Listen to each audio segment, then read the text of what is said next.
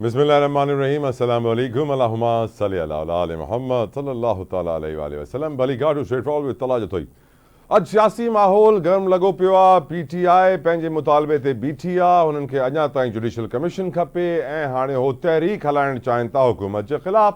Opposition allies खे activate कनि था, जंहिंमें मौलाना फज़लुर रहमान साहब बि आहिनि, अचकज़ई साहब बि आहिनि, ॿिया बि तव्हांखे ख़बर आहे जमात इस्लामी बि कुझु हद ताईं हुननि सां गॾु आहे। पर PTI जी पूरी कोशिशि आहे कि हिकिड़ी वॾी तहरीक हलाइण में हो कामयाबु थियनि हुकूमत जे ख़िलाफ़। पर हक़ीक़त इहा बि आहे कि PTI अंदरूनी तौर ते पाण बि इख़्तिलाफ़ात जो शिकार थी चुकी आहे। PTI में अंदरि तव्हां ॿुधो शेर अफ़ज़ल मरवत साहब छा पिया चवनि ऐं यकीनन जेको झेड़ो थियो फवाद चौधरी जो, शुएब शाहीन जो, वाज़े तौर ते ख़बर पइजी वई आहे कि PTI जे अंदरि खोड़ अहिड़ा हाणे धरा ठही विया आहिनि, पार्टीज़ ठही वियूं आहिनि ऐं अंदरूनी तौर ते PTI वॾो प्रॉब्लम्स जो शिकार आहे। हाणे ॾिसणो इहो आहे कि अहिड़े प्रॉब्लम्स में रहंदे PTI छा पंहिंजो मुस्तक़बिल बहितर करे सघंदी आहे। मौलाना फज़लुर रहमान साहब जेका फ्लोर ऑफ द हाउस अॼु ॻाल्हि कई आहे, मौलाना साहब चवनि था कि अञा ताईं 2 सूबा अहिड़ा आहिनि जंहिंमें हुकूमत जी को कंट्रोल कोन्हे। हिकिड़ो ख़ैबर पख्तूनख्वा, हिकिड़ो बलोचिस्तान आहे, हिकिड़ो PTI वटि आहे, हिकिड़ो पीपल्स पार्टी वटि आहे ऐं यकीनन ॿिया अहिड़ा सूबा आहिनि जंहिंमें दहशतगर्दी बि जाम थी आहे। ऐं PTI जो फ्यूचर, PTI छा एलाइज़ खे गॾु करे तहरीक हलाए सघंदी, छा PTI पंहिंजे अंदरां जा मामलात सही करे सघंदी, छा PTI हाणे वापसि हुन मक़ाम ते अची सघंदी जंहिं मक़ाम ते अॻु में हूंदी। डिस्कशन करेंगे। मेरे साथ मौजूद है PTI रहनुमा आमिर मुगल साहब। मुगल साहब, thank you so very much आपकी कीमती वक्त के लिए, जज़ाकल्लाह खैर। पहले तो ये बताइए आमिर साहब, PTI तहरीक चलाना चाहती है हुकूमत के ख़िलाफ़, जो साथी हैं PTI के, फॉर एग्जांपल मौलाना फजलुर रहमान साहब ने बड़ी मीटिंग्स की थी PTI के साथ 26वीं आईनी तरमीम के ऊपर भी, और फिर उन्होंने वोट हुकूमत को दे दिया था। अभी भी हम देख रहे हैं कि वो ये स्टेटमेंट तो देते हैं कि मैंडेट चोरी का है, हुकूमत जेन्युइन नहीं है, हालात किस तरफ जा रहे हैं, लेकिन क्या आप समझते हैं कि PTI अपना सियासी मकाम दोबारा हासिल कर पाएगी? आमिर मुगल साहब जी, बहुत शुक्रिया जी। आपने बिल्कुल दुरुस्त कहा कि मौलाना फजल रहमान साहब ने जो वोट दिया था 26वीं आईनी तरमीम को, और हमारा उनसे इख्तलाफ था, हम ये समझते हैं कि वो मुल्क और कौम के मफाद में नहीं है 26वीं आईनी तरमीम, लेकिन एज अपोजिशन पार्टी उनका अपना मौक़िफ़ था, हमारा अपना मौक़िफ़ था। तो हमारी बिल्कुल कोशिश है पूरी कि जितनी भी वो जमातें जो अपोजिशन में है, जो इक़्तिदार में शामिल नहीं है, जो इस मंजर बांट का हिस्सा नहीं है, उनको साथ मिला के चला जाए। जिसमें मौलाना फजल रहमान की जमात है, जमीयत उलमा इस्लाम, जमीयत उलमा इस्लाम शिरानी ग्रुप है, और जमात इस्लामी है। इसी तरह बलोचिस्तान से महरंग बलोच की जमात है, इसी तरह मंजूर पश्तीन की जमात है। तो ये जितनी जमातें अपोजिशन की हैं, जो ये समझती हैं कि इस मुल्क को आइन और कानून के मुताबिक चलना चाहिए, जो ये समझते हैं कि इस मुल्क में इस वक्त जुल्म हो रहा है, इंसानी हकूक की पामाली हो रही है, इजहार राय आज़ादी का गला घुंटा जा रहा है, और जो जुल्म सितम किया जा रहा है उसके खिलाफ आवाज़ बुलंद करनी चाहिए। तो हम ऐसी सारी जमातों को इकट्ठा करके और एक आज़ाद जमहूरी माशरे के लिए अपनी जदोजहद जो तहरीक इंसाफ 2-2.5 साल से कर रही है, हम ये समझते हैं कि सबको मिलाने से, सबको इकट्ठा करने से हमारी आवाज़ मजबूत होगी। सर, जुनैद अकबर साहब का आना KPK में लीड करने के लिए, अली अमीन को वहाँ से रिमूव किया गया उस पोजीशन से, उसके बाद हमने देखा कि बातें खबरें शुरू हुई कि PTI के अंदर बड़े धड़े बन गए हैं, इंटरनल पॉलिटिक्स बहुत ज़्यादा है। वीकेंड पे हमने देखा कि फवाद चौधरी ने शुएब शाहीन के ऊपर हमला कर दिया, फिजिकल हो गए, चमाट मार दी उन्हें। फिर हमने देखा शेर अफजल मरवत की सिचुएशन, वो कहते हैं कि जब तक मेरा कप्तान मुझे नहीं बुलाएगा मैं MNA की सीट नहीं छोड़ूंगा। Internal politics with in PTI क्या सिचुएशन है? मुगल साहब कुछ बताएं ना हमें अंदर की बात। देखें जी, तो साहब, सबसे पहली बात तो यह है कि जो जमात जितनी बड़ी होगी उसमें छोटे मोटे मसाइल तो रहते हैं, राय का इख्तलाफ, एक दूसरे की सोच से इख्तलाफ, ये तो रहता है। लेकिन जो असल हमारा मकसद और नजरिया है, हकीकी आज़ादी का नजरिया, और जो हमारे लीडर हैं उन पे किसी को कोई इख्तलाफ नहीं। तो ये बाहमी छोटे मोटे इख्तलाफात तो ये चलते रहते हैं। आपने जिक्र किया फवाद चौधरी का, तो फवाद चौधरी तो तहरीक इंसाफ का हिस्सा ही नहीं है, और उन्होंने जो हमला किया हमने उसकी मजम्मत की है, तहरीक इंसाफ की पॉलिटिकल कमेटी ने उसकी मजम्मत की है, मैं भी उसकी मजम्मत करता हूँ। बीइंग ए सियासतदान, बीइंग ए इंसान, अगर उनका कोई इख्तलाफ है शुएब शाहीन से, तो उनका हक रखें, उस पर डिबेट करें, उस पर बात करें, लेकिन किसी के साथ फिजिकल होना, हमला करना, इसकी हम कतई हमायत नहीं कर सकते।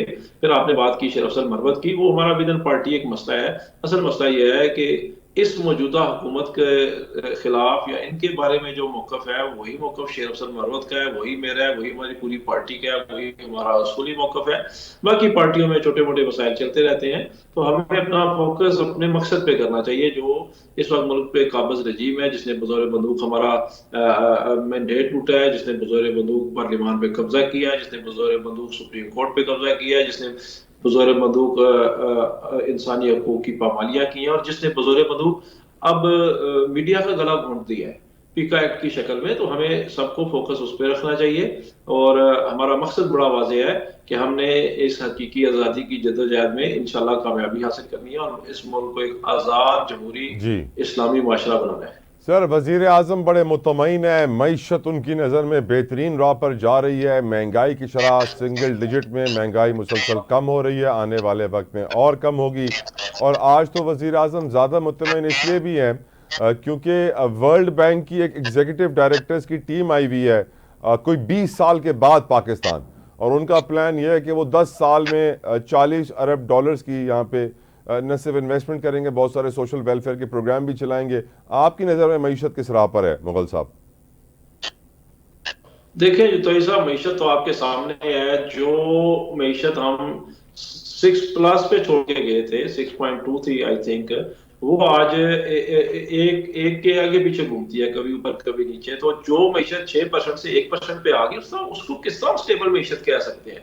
बाकी महंगाई का हाल आपके सामने है। जो रेट्स है हमारे दौर में बिजली 16 रुपए यूनिट, इनके दौर में 70 रुपए यूनिट, हमारे दौर में पेट्रोल 160, इनके दौर में 280, हमारे दौर में डॉलर 176, इनके दौर में 286, हमारे दौर में आटा और चीनी 80 के आगे पीछे घूमते थे, इनके दौर में 180 के आगे पीछे किलो के हिसाब से घूम रहे हैं। तो कौन सी तो ऐसा महंगाई कम हुई है। बाकी ये ख्वाब होते हैं, ये बाकी दूर के ढोल सुहाने होते हैं। 40 अरब डॉलर आ रहा है, 50 अरब डॉलर आ रहा है, SIFC में आ रहा है, अरब कंट्रीज हमें दे रहे हैं, फलाना हमें दे रहा है। दिया तो आज तक कुछ भी नहीं है। वादे हैं, MOUs हैं, जुबानी दावे हैं। हाल ये है कि इस मुल्क में आपकी इंडस्ट्री बंद हो रही है। 160 से 70 आपकी फैक्ट्रियां बंद हो चुकी हैं पंजाब में टेक्सटाइल से मुगल रिलेटेड। साहब, आप मैं 10 आपको बताऊं साल मेरा आपके तज्जिया, करीब मुगल साहब मेरा तज्जिया क्या है, 2 साल में मेरा मान के मुगल साहब जो है। तज्जिया क्या जी है, क्या कहा आपने? मेरा तज्जिया क्या है, मैं आपको बताना चाहता हूँ मुगल साहब के वज़ीर आज़म ये क्यों कह रहे हैं कि महंगाई कम हुई है। आप जानते हैं कि सर अरकान असम्बली की तनख्वाह 5,19,000 रुपये हो गई है। पंजाब में तकरीबन 500 से 800% इजाफा हुआ। आज सेनेट ने सेनेटर्स की तनख्वाह भी बढ़ा दी है 5,19,000। और तनख्वाहें तो ऐसे बढ़ी हैं सर एक साल में हुकूमती बेंचेस की, अरबाब इक़्तिदार की, कि मैं क्या बताऊं। फॉर एग्जाम्पल मुगल साहब, मिसाल के तौर पे 2023 में NEPRA, national electric power regulatory authority, जो कि ये बिजली के यूनिट की कीमत का तयन करती है, जो रेगुलेटरी बॉडी है सबकी, नेपरा के चेयरमैन की तनख्वाह पिछले साल से पिछला 2023 में थी सर 8 लाख रुपए। आज नेपरा के चेयरमैन की तनख्वाह है 32 लाख रुपए, 4 गुना बढ़ गई सर। और जो मेंबरान थे जिनकी 7 लाख तनख्वाह थी, उनकी तनख्वाह हो गई है 29 लाख रुपीस। जिस तरीके से हुकूमत ने अपनी तनख्वाहें बढ़ाई हैं, ऑब्वियसली उनको महंगाई में कमी महसूस हो रही है ना सर, पैसा तो अब ज्यादा आ रहा है ना उनके पास। नहीं कह रहे हैं ना, देखिए हम कर्ज की मैं पी रहे हैं ना, हम कर्ज की शराब पी रहे हैं। हम वर्ल्ड बैंक से कर्जा लेते हैं, पूरी दुनिया से कशकोर उठा के भीख मांगते हैं। हमने सुप्रीम कोर्ट के जज की तनख्वाह कर दी 28 लाख और हमने सुप्रीम कोर्ट के जज भी डबल कर दिए। यानी कि इंडिया की आबादी है 125 करोड़ और हमारी आबादी है 25 करोड़। तो 125 करोड़ में भी 34 जज हैं सुप्रीम कोर्ट के और 25 करोड़ में भी 34 जज हैं सुप्रीम कोर्ट के। और फिर हमने उनकी तनख्वाह 28 लाख कर दिया है। जिस तरह आपने कहा नेपरा चेयरमैन की तनख्वाह हमने 32 लाख कर दिया है। हमने मेंबर कौमी असेंबली की तनख्वाह 5,19,000 कर दिया। तो इनके लिए तो महंगाई को इतना बड़ा इशू नहीं रहा ना। आप 5,19,000 रुपए में अपना बजट जो है वो घर का मैनेज कर सकते हैं, आप अपना चूल्हा जला सकते हैं। इशू तो पाकिस्तान की आवाम का है, गरीब आवाम का है, जो खत्ते गुर्बत से भी नीचे रह रही है।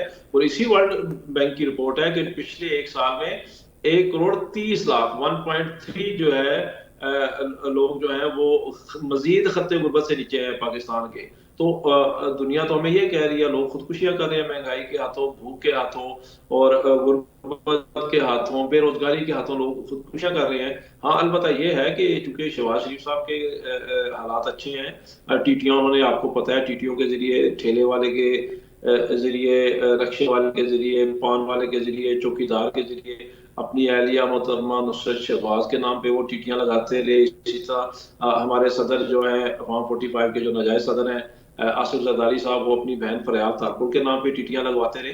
तो जो टीटियां लगवाएं, जो करप्शन करें, जो मुल्क को लूटे और फिर जो कर्ज के पैसे लेके बांटे खाएं, महंगाई उनके लिए तो नहीं है। महंगाई तो अवाम के लिए है, महंगाई तो गरीब आदमी के लिए है, महंगाई तो कॉमन पर्सन के लिए है, महंगाई तो सरकारी मुलाजिम के लिए है, मजदूर के लिए है, किसान के लिए है, ताजिर के लिए है, एक स्कूल टीचर के लिए है, एक छोटे दर्जे के सरकारी मुलाजिम के लिए है। तो इनके लिए तो महंगाई नहीं है, वो अपने हिसाब से दुरुस्त कह रहे हैं, उनके हालात बिल्कुल ठीक है। सर, कुर्रम के अंदर दोबारा इमदादी ट्रक के ऊपर हमला भी हुआ है, लूटे भी गए हैं, और अगेन यही एंड में यही कहा जाता है कि पीटीआई की गवर्नमेंट है, दे आर रिस्पॉन्सिबल। अभी अली अमीन गंडापुर कुछ नहीं कर पाए, क्या कहेंगे आप सर? देखिए, मैं आपको एक बात बताऊं तो साहब, आपको ये बात जहन में रखनी होगी कि बज़ाहिर तो ऐसा ही है कि फाटा मर्ज हुआ जब से केपीके के अंदर, उसके बाद इंतजाम, इंसाम, पुलिस वगैरह, ये सारे जो हैं ये अब केपी गवर्नमेंट के अंडर है, यानी कि प्रोविंशियल गवर्नमेंट के अंडर है। लेकिन ये हकीकत भी सारी दुनिया को पता है कि जो एक्स फाटा एरियाज हैं, जो अब अगर के केपी में जम हो चुके हैं, वहां सिक्योरिटी की जिम्मेदारी अभी तक हमारी सिक्योरिटी एजेंसीज के पास है। वो एक दिन के लिए भी पुलिस के पास नहीं आई, वो एक दिन के लिए भी सूबाई गवर्नमेंट के पास नहीं आई, ये हकीकत सबको पता है।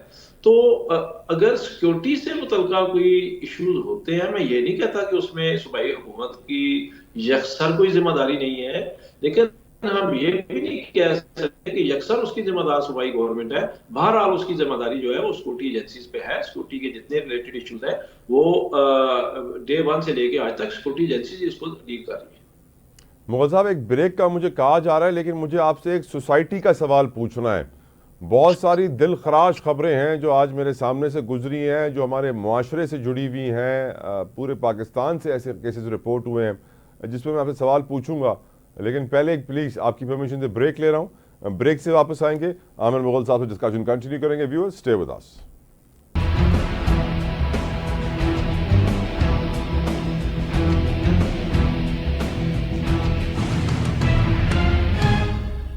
वेलकम बैक व्यूअर्स, डिस्कशन को आगे बढ़ाएंगे। मेरे साथ उस वक्त मौजूद हैं पीपल्स पार्टी के रहनुमा बैरिस्टर आमिर हसन साहब। किसी तारुफ के मोहताज नहीं है। बैरिस्टर साहब, thank you so very much जरा आपके कीमती वक्त के लिए। बैरिस्टर साहब, आज गवर्नर पंजाब साहब की तरफ से जो स्टेटमेंट आई है, उसके बाद चहम गोइयाँ शुरू हो गई हैं। कहा जा रहा है कि अब सदर मुमलिकत इन एक्शन है और टारगेट्स क्लियर हैं। ये टारगेट पुराना है, कोई नया नहीं है। बिलावल साहब को वज़ीर आज़म बनाने का इलेक्शन में भी ये नारा बहुत लगाया गया, और अब ये बातें हो रही हैं कि 1-2 साल में जरदारी साहब बिलावल साहब को वज़ीर आज़म बनाने के लिए सरगर्म रहेंगे और कोशिशें करेंगे सर तोड़। और आज तो आपकी जो मुखालिफ पार्टी है पीटीआई के बैरिस्टर सैफ ने भी ये कह दिया है कि सदर जरदारी साहब बिलावल साहब को शेरवानी पहनाने के ख्वाहिशमंद है। आपको लगता है कि sir something is about to happen very soon? इंशाल्लाह आप इंशाल्लाह ही कहेंगे ऑफ कोर्स। जी, थैंक यू वेरी मच जी। इंशाल्लाह जी, देखिए जो भी पॉलिटिक्स में होता है और पॉलिटिकल पार्टी का लीडर, तो वो तो अच्छे ओहदे के लिए ही पॉलिटिक्स भी होती है, लेकिन पीपल्स पार्टी की सियासत हमेशा मुख्तलिफ रही है। हम एक नज़रियाती पॉलिटिक्स करते हैं और ताकत का सरचश्मा आवाम को समझते हैं। बिलावल साहब बिल्कुल प्राइम मिनिस्टर के कैंडिडेट हैं, क्योंकि वो चेयरमैन है पार्टी के और पार्टी चाहती है कि उन्हें प्राइम मिनिस्टर बनाया जाए। लेकिन उसके लिए हम कोई बैकडोर इस्तेमाल नहीं करेंगे, वो आवाम की ताकत इस्तेमाल करेंगे। इंशाअल्लाह ताला आवाम के वोटों के साथ ही बिलावल साहब प्राइम मिनिस्टर बनेंगे। जहाँ तक मौजूदा पार्लियामेंट की बात है, तो मौजूदा पार्लियामेंट में 3 बड़ी पार्टीज हैं, जिसमें पीटीआई है, पीएमएलएन है और पाकिस्तान पीपल्स पार्टी है। और पीटीआई ने तो फैसला किया है अपोजिशन की सियासत का, तो दूसरी बड़ी पार्टी को मौका दिया गया कि वो प्राइम मिनिस्टर बने। हमारा और पीएमएलएन का कोई इतना ज्यादा फर्क नहीं है। ये पाकिस्तान के अंदर पहली दफा हुआ है कि एक बड़ी पार्टी जो सपोर्ट कर रही है और वो कैबिनेट के अंदर नहीं है, तो पार्लियामेंट में सपोर्ट कर रही है। तो हमारे पार्टी के अंदर से एक आवाजें भी हैं वर्कर्स की भी है, लीडरशिप की भी है, और हम चाहते हैं कि चेयरमैन साहब प्राइम मिनिस्टर बने। और कुछ ऐसी बात अगर होती है वो तो वेलकम की जानी चाहिए। मुल्क को जरूरत है नौजवान क़यादत की, तो इसके लिए हम कोई मैनूवर नहीं कर रहे हैं। पार्लियामेंट की अक्सरियत जिसे चाहेगी वही प्राइम मिनिस्टर होगा। राइट और सर। अगर ऐसा वक्त आया कि अक्सरियत ने चेयरमैन बिलावल भुट्टो को वजीर आजम मुंतखब किया तो ये एक अच्छा मौका होगा पाकिस्तान के लिए। एक और सियासी सवाल पूछ रहा हूँ, फिर मैं आपसे सोशल सवाल पूछूंगा सोसाइटी से जुड़ा हुआ। सर सियासी सवाल ये है कि जो मौजूदा माहौल है सियासत का मुल्क में सर, यकीनन इसका सोसाइटी में बड़ा नेगेटिव इम्पैक्ट पड़ रहा है, और पीटीआई के साथ कोई हम ब्रेक थ्रू नहीं देख रहे हैं। मौलाना Fazlur Rahman floor of the house पे आके कह रहे हैं कि ये जाली हुकूमत है, 2 सूबों के अंदर गवर्नमेंट की रिट नहीं है, कुर्रम के अंदर law and order situation control में नहीं आ रही है, बलूचिस्तान में भी काफ़ी लॉ एंड ऑर्डर सिचुएशन ख़राब रहती है। इसका इम्पैक्ट हमारे मुल्क पे सर, क्योंकि वज़ीर आज़म तो ये कह रहे हैं आमिर साहब कि मईशत बड़ी बेहतरीन आ गई, सिंगल डिजिट में इन्फ्लेशन आ गई है, इवन दो के हुक्मरानों ने अपनी तनख्वाहों में 5 लाख से बढ़ गई हैं, 200-300% इजाफा कर लिया है। जज साहब की तनख्वाहें 24 लाख हो गई हैं। चेयरमैन नेपरा की 2023 में तनख्वाह 8 लाख थी, आज उनकी तनख्वाह सर 32 लाख है, 4 गुना कर दी गई है उनकी तनख्वाह। गरीब आदमी का सर मिनिमम वेज 37,000 रुपये है, जिसने यकीनन एक छोटे घराने के लिए भी आप जानते हैं सर्वाइव करना कितना मुश्किल है। आमिर साहब, आपको लगता है कि इकोनॉमी बेहतर राह पे जा रही है और गवर्नमेंट अपने टारगेट्स अचीव कर रही है? देखिए, हमेशा गवर्नमेंट में जो भी आता है उसके दावे होते हैं, लेकिन अगर आप मजमूई तौर पर सूरत हाल देखें तो मेरे ख्याल से मुल्क के अंदर निज़ाम जो राइज है वो एक जब्र का निज़ाम है। और इसके अंदर अशराफिया ही फायदे में है। अब वो सिर्फ, मैं ये नहीं बात करूंगा कि पार्लियामेंट की बात करूँ या जजेस की बात करूँ, ब्यूरोक्रेसी जैसे कि आपने मेंशन भी किया, इसी तरह हर तरह जिसका भी हाथ पड़ता है या जो थोड़ा सा भी तगड़ा होता है वो अपने आप को ही वसाइल का मालिक समझने लगता है। देखिए, ये बदकिस्मती रही है कि अवाम जिन्हें कहा तो जाता है सियासत के अंदर कि बुनियादी सब कुछ गरीब आदमी के लिए किया जा रहा है, लेकिन मेरे ख्याल से बातों की हद तक अमली तौर पे ऐसी बात नहीं है। अब आपने जैसे खुद बताया कि अगर तनख्वाहें इतनी ज्यादा होंगी जजेस की या मैं बस पार्लियामेंट की, तो मैं अभी भी कहता हूँ कि कंपैरेटिवली इनकी इतनी सैलरीज नहीं है जितने दूसरे लोगों की है, लेकिन इसके बावजूद मैं समझता हूँ सर इनको मिनिमम वेज पे काम करवाएंगे, मैं कहता हूँ मईशत 1 महीने में सही हो जाएगी। सर आप दुरुस्त कह रहे हैं कि मैं यही बात करने लगा था कि अगर जो वो खिदमत के लिए लोग आते हैं, पार्लियामेंट में आते हैं, तो फिर उन्हें तो मेरे ख्याल से एजाजी तौर पे भी काम करें तो ये बेहतर है। उन्हें तो फिर अपनी तनख्वाहों के लिए और इन चीजों के लिए नहीं सोचना चाहिए, क्योंकि बड़े बेहतर वसाइल वाले लोग पार्लियामेंट के अंदर मौजूद हैं, तो फिर उन्हें अपनी तनख्वाहों के लिए तो नहीं देखना चाहिए। लेकिन बहरहाल तला साहब, मैं आपकी बात से एग्री करूंगा, बैरिस्टर साहब जो निजाम है अब डिस्कशन को थोड़ा सा और अमीर तर होता जा रहा है। बिल्कुल ठीक सर, आदमी की तरफ कोई तवज्जो नहीं। बिल्कुल ठीक सर। एक बड़ा इंपॉर्टेंट सोसाइटी का एंगल है जो आपके सामने रख रहा हूं, आपसे रहनुमाई चाहूँगा। सर क्राइम जिस तरह का बढ़ रहा है, ड्रग अब्यूज़, मनशियात का इस्तेमाल जिस तरीके से बढ़ रहा है, और ये सोशल मीडिया का इम्पैक्ट भी इसमें काफ़ी है। मैं आपके सामने कुछ आज की खबरें रख रहा हूँ। सर मुल्तान में शौहर ने बीवी और 3 बच्चों पर तेज़ाब फेंक दिया। सर हैदराबाद में मशहूर डॉक्टर हैं, डॉक्टर आकाश अंसारी, शायर भी हैं, अदीब भी हैं। 3 दिन पहले उनकी बॉडी जली हुई मिली थी, आज बेटे ने एतराफ़ कर लिया कि हाँ मैंने जलाई। नशे का आदी सर कराची में एक मोहम्मद आमिर मर्डर केस चल रहा है, उसके अंदर एक 23 साल का बच्चा है जो मरा है, जिसने मारा है वो 28 साल का है, और जिस तरीके का वो पूरी कार्रवाई हुई है मर्डर इंसिडेंट, उसके अंदर जिस तरीके से ड्रग्स इन्वॉल्व हैं वो मैं आपको आगे चल के बताऊंगा। लेकिन पहला सवाल मैं आपसे ये पूछना चाहूँगा सर कि हम किस तरफ जा रहे हैं बैरिस्टर आमिर हसन साहब? देखिए, सोसाइटी तो बहुत अखलाकी तौर पे तबाह हो चुकी है, और मेरे ख्याल से जिस तरह आबादी में इजाफा हुआ है और आबादी में इजाफे के साथ साथ जिस तरह हवस बढ़ी है, अब लोगों ने ज़रूरियात को बहुत बढ़ा लिया है। और इसके साथ साथ अब ये ड्रग अब्यूज़ की अगर आप बात करें तो जो आप एग्जांपल्स दे रहे हैं, तो वो लोग हैं ड्रग की तरफ जाते हैं कि जो डिप्रेस होते हैं या जिन्हें उनका हक नहीं मिलता, गुर्बत भी इस तरफ लेके जाती है। लेकिन अब तो हम देख रहे हैं कि अच्छे खासे खानदानों के लोग, और इवन आप जानते हैं यूनिवर्सिटीज के अंदर या अच्छी सतह पे पार्टीज के अंदर जितना ये ड्रग्स का इस्तेमाल हो रहा है। सर मुल्तान में से आज क्या खबर आई बैरिस्टर साहब? मुल्तान से खबर ये आती है कि वहां के डीसी साहब ने अलर्ट जारी किया है कि स्ट्रॉबेरी क्विक के नाम से एक टॉफियां हैं जो क्रिस्टल मिथ की टॉफियां हैं और क्रिस्टल मिथ के लॉलीपॉप्स हैं जो दुकानों पे मिल रहे थे, जो दुकानें उन्होंने सील की है, दुकान वालों को पकड़ लिया है। इमेजिन करेंगे सर, मुल्तान में टॉफियां और लॉलीपॉप्स मेथ के बच्चों को दिए जा रहे हैं विदाउट देम नोइंग कि ये वो क्या खाने जा रहे हैं। देखिए, एक तो ये हमारा ये तो एक बहुत बड़ा प्रॉब्लम रहा है कि खाने पीने की चीजों के ऊपर कुछ नहीं है। फिर जो माफियाज हैं और फिर ये जो आप ड्रग्स की बात कर रहे हैं, एक तो ये है कि एक तो जराइम है, लेकिन एक जो तलब में इजाफा हो रहा है या लोग इसकी तरफ अट्रैक्ट हो रहे हैं, वो भी तो देखने की बात है। वो सोसाइटी में अच्छे खासे पढ़े लिखे और वेल ऑफ फैमिली से लोग हैं। हम भी जानते हैं, आप भी जानते हैं कि जितना इस्तेमाल पार्टीज के अंदर होने लगा है, जितना इस्तेमाल यूनिवर्सिटीज के अंदर, कॉलेजेस के अंदर, और ये एक सोसाइटी के अंदर एक मैं समझता हूँ कि अब इसे क्या कहूँ, एक कर्ज है कि जिस तरह हमारी सोसाइटी गिरती जा रही है, अब इसमें इन चीजों की तरफ क्या कहेंगे आपके? मैं तो समझता हूँ कि कोई चेक नहीं है, कोई देखने वाला नहीं है, कोई वाली वारिस नहीं है सोसाइटी का। एक जुराइम की सतह पे है और दूसरा एक फैशन के तौर पे भी है।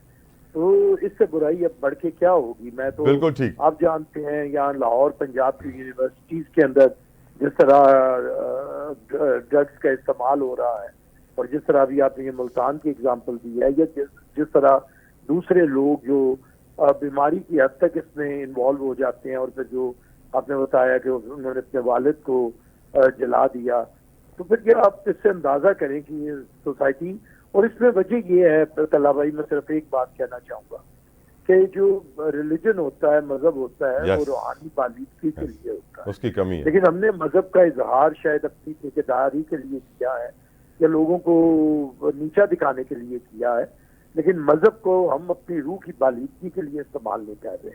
अगर हम उस तरफ करें तो हम बहुत सी बुराइयों से। Very well said sir, very well said sir. Sir एक ब्रेक का मुझे कहा जा रहा है, ब्रेक के बाद मैं आपसे कराची में जो मर्डर हुआ है आमिर मुस्तफ़ा लड़के का, वो मैं आपसे डिस्कस करना चाहता हूँ और उस पर आपका लीगल ओपिनियन भी जानना चाहता हूँ, क्योंकि उसके बहुत सारे ऐसे फैक्ट्स हैं जो शायद आपको नहीं पता होंगे। I let you know, viewers को भी बताऊंगा आफ्टर दिस ब्रेक। आसान कर रहे जो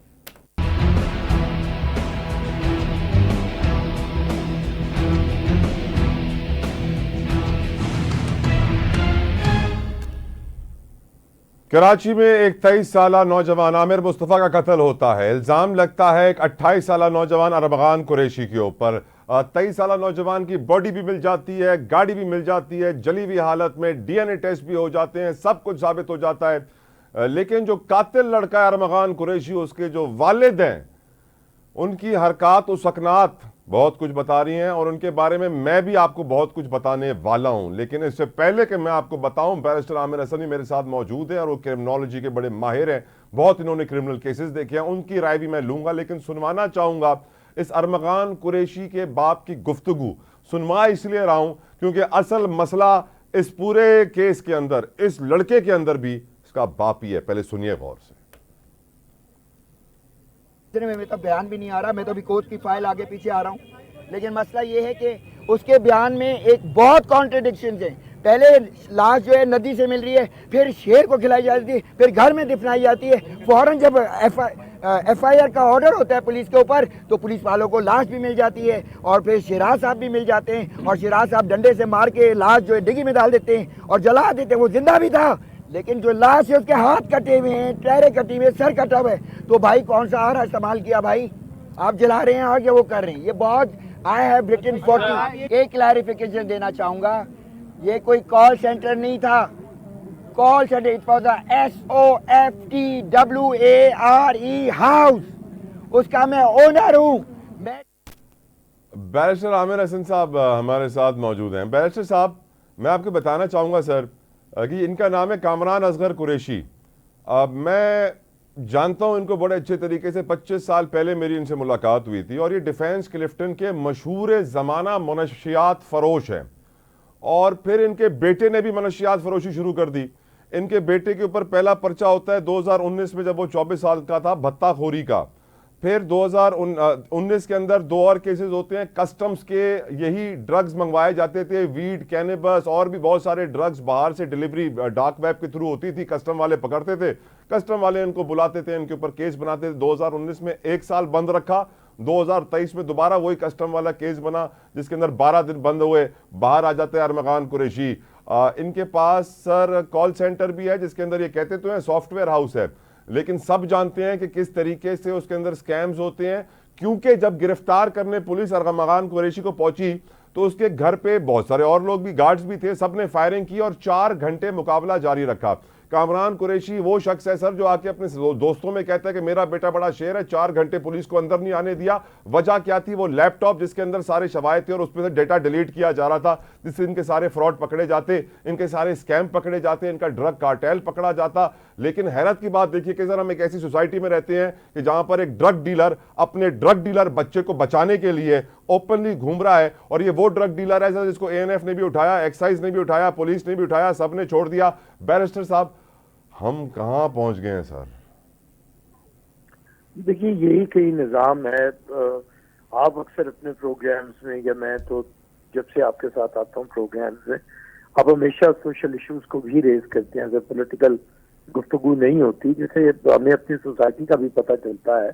देखिए, जब तक हम सिर्फ सियासत खेलते रहेंगे और हमारे कोर्ट्स भी सिर्फ सियासी मामलात को मद्देनजर रखेंगे तो फिर तो लोगों के मसाइल हल नहीं होंगे। यहाँ पे जो हम सियासतदानों को बुरा कहते हैं, लेकिन पाकिस्तान के अंदर असल मसला ये है कि जिसके पास वसाइल हैं या जो पैसे के ऊपर काबिज है वो ही ताकतवर है, और कई दफा तो वो बहुत बहुत बड़े लोगों से भी ताकतवर होता है, क्योंकि पाकिस्तान के अंदर हर काम जो आप है, पुलिस हो, आपकी अदालतें हों, आपकी एजेंसीज हों, उसके अंदर आप पैसे का इस्तेमाल इतना ज्यादा है कि आप कुछ भी कर सकते हैं और किसी तरह भी। और आपको एक वो बिजनेस टाइकून का पता है जिसने कहा था कि मैं फाइलों को ये लगा देता हूं और उसके बाद मेरे काम होने लगते हैं। तो पाकिस्तान के अंदर सबसे बड़ी जो बात है वो ये मामला है, ये नासूर है कि जिसमें हर वो ड्रग्स बेचने वाला हो, वो कोई प्रॉपर्टी में कोई टाइकून हो या कोई दूसरा जो पाकिस्तान के अंदर 2 नंबर तरीके से पैसा कमाता है, वो बड़े आसानी से मैनूवर करता है इस निज़ाम के अंदर, और वो इदारों से भी निकल जाता है, अदालतें भी उसे कुछ नहीं कहती। अब ये जो कत्ल केस है, थोड़ा आपने बताया, थोड़ा मेरे भी नॉलेज में है, तो जिससे हमें ये बात समझ आती है कि पाकिस्तान के अंदर अगर आपके पास, आपका बाप अमीर है, उसके पास पैसा है, तो ये कोई एक पहला केस नहीं है, इससे पहले भी बहुत से केसेस आए हैं कि फिर आप कानून भी आपके आगे से नगू हो जाता है, फिर आप जो चाहते हैं आप कत्ल भी करते हैं और आप बच जाते हैं, और फिर अदालतें भी आपको फेवर करती हैं। और तो और फिर ऐसा भी वक्त आता है सलाह साहब कि फिर वारिसान भी माफ कर देते हैं पैसे लेके और दंदनाते फिरते हैं कातिल। तो अब ये इत्तफाक दुनिया के अंदर, इत्तफाक माशरे के अंदर, इसीलिए ये माशरे कायम होते हैं, कानून होता है, अदालतें होती हैं, पुलिस होती है, और जिसमें इंसाफ मिलता है। लेकिन जब ये सारी चीजें बिकने लगे तो फिर इंसाफ नापैद होता है, और फिर ऐसे बहुत से कुरैशी वो बड़े दंदनाते फिरते हैं और फिर वो कहते हैं कि मेरे टैक्स के ऊपर ये मुल्क चलता है। तो अगर किसी के टैक्स के ऊपर मुल्क चलता है तो क्या उसे इख्तियार है कि वो गरीबों को कत्ल कर दे, वो गरीब के बच्चों को मार दे, क्योंकि मुल्क उसके टैक्स पे चलता है। थैंक यू साहब, बहुत बहुत शुक्रिया सर, बहुत बहुत शुक्रिया सर आपके वक्त के लिए। I am out of time, but जज़ाकल्लाह खैर, बड़ी खूबसूरत बात आपने आखिर में कही। भाई यही दुआ तो करे सका व्यूअर्स ते अल्लाह साईं असांजे मुल्क ते रहम फरमाए, पर अगर असां नशे खां जान न छॾ रही से, वो नशो मावो भी आहे, मेनपुरी भी आहे, छालिया भी आहे, सिगरेट भी आहे, भरियल सिगरेट भी आहे, हेरोइन भी आहे, कोकेन भी आहे, आइस भी आहे, अलाए छा छा हाणे अची वियो आहे मार्केट में। अल्लाह असांखे पनाह में रखे, पंहिंजे ॿारनि खे बचायो, पंहिंजे नौजवाननि खे बचायो, पंहिंजे घर वारनि खे बचायो। न बचायोसीं मसलो वॾो थी वेंदो ऐं ऑलरेडी वॾो थी चुकियो आहे। पंहिंजो ख़्यालु रखिजो, सुभाणे तव्हां सां मुलाक़ात थींदी। अल्लाह हाफ़िज़।